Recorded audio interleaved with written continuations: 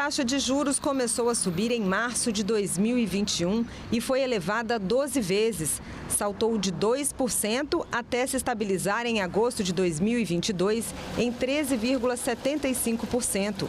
Motivo de críticas do presidente da República, Luiz Inácio Lula da Silva, que desde o início do governo argumenta que essa taxa impede o crescimento econômico do país e dificulta o acesso ao crédito.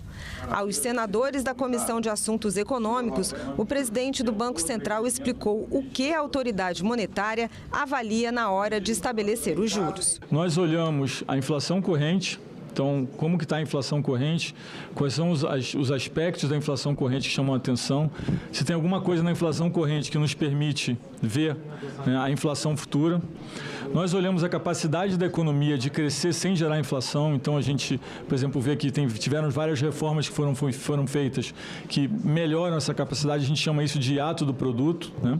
E a gente olha a expectativa de inflação. Para afastar as críticas de que a taxa de juros tem um componente político, Roberto Campos Neto destacou que a taxa de juros começou a subir mesmo em ano eleitoral. Nunca na história desse país, nem na história do mundo, foi feito um movimento de alta de juros tão grande no período eleitoral, mostrando que o Banco Central, mesmo no período eleitoral, entendeu que a inflação ia subir, entendeu inclusive antes de grande parte dos outros países, que o Banco Central do Brasil foi um dos primeiros a subir juros, mas fez uma subida muito grande no ano eleitoral. E reforçou a importância da autonomia do Banco Central, citando inclusive economias de países que sofreram golpes, como a do Peru, e que também tem um Banco Central independente. O presidente do Banco Central lá, que inclusive é meu amigo, Júlio Velarde, ele está lá desde 2007. Já passou presidente, entrou presidente, saiu presidente, teve golpe, contra-golpe.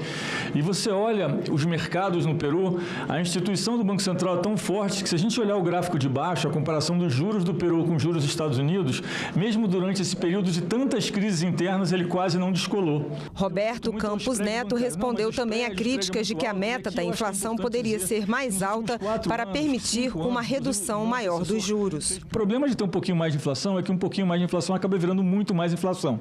E os mecanismos de indexação no Brasil são muito presentes.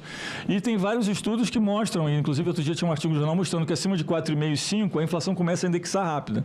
E a gente vê aqui o caso da Argentina, que é um caso onde a inflação saiu de controle e quem sente mais com a inflação é quem é o mais pobre, porque ele não tem a renda protegida. Com a queda da inflação e caso consigamos aprovar o arcabouço fiscal com um texto que traga segurança ao governo, ao mercado e aos investidores, esses dois elementos seriam suficientes para projetar uma redução da taxa básica de juros. Em relação ao fiscal, como eu sou Banco Central, eu vou me ater aqui a dizer que o que a gente tem dito, que a gente entende que o arcabouço remove, né, um risco de cauda de ter um aumento grande, vamos dizer assim, uma piora grande na trajetória da dívida.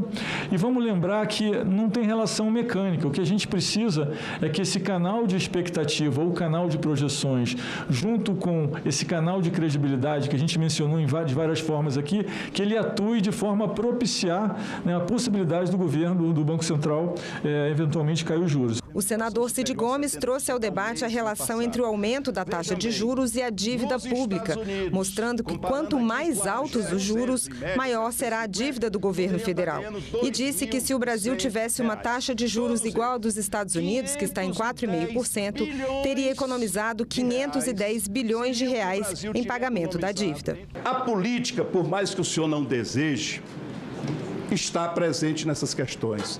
O senhor fez manifestações públicas em defesa do presidente Bolsonaro, vestindo camisinha amarela. E mais, declaração pública, notória.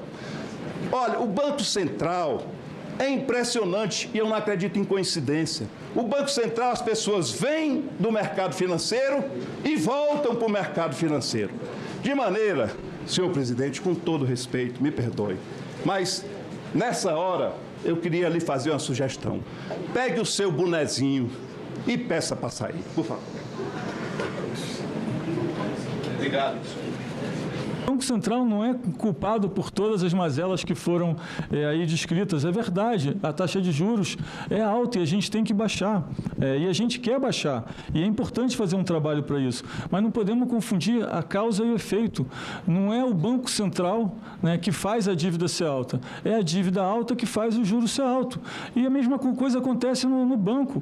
Quando você vai no banco e pede o dinheiro emprestado e a sua dívida é muito alta, o banco cobra mais do que uma pessoa que tem dívida baixa. E não é o Banco Central que estipula esses juros, os juros é de mercado.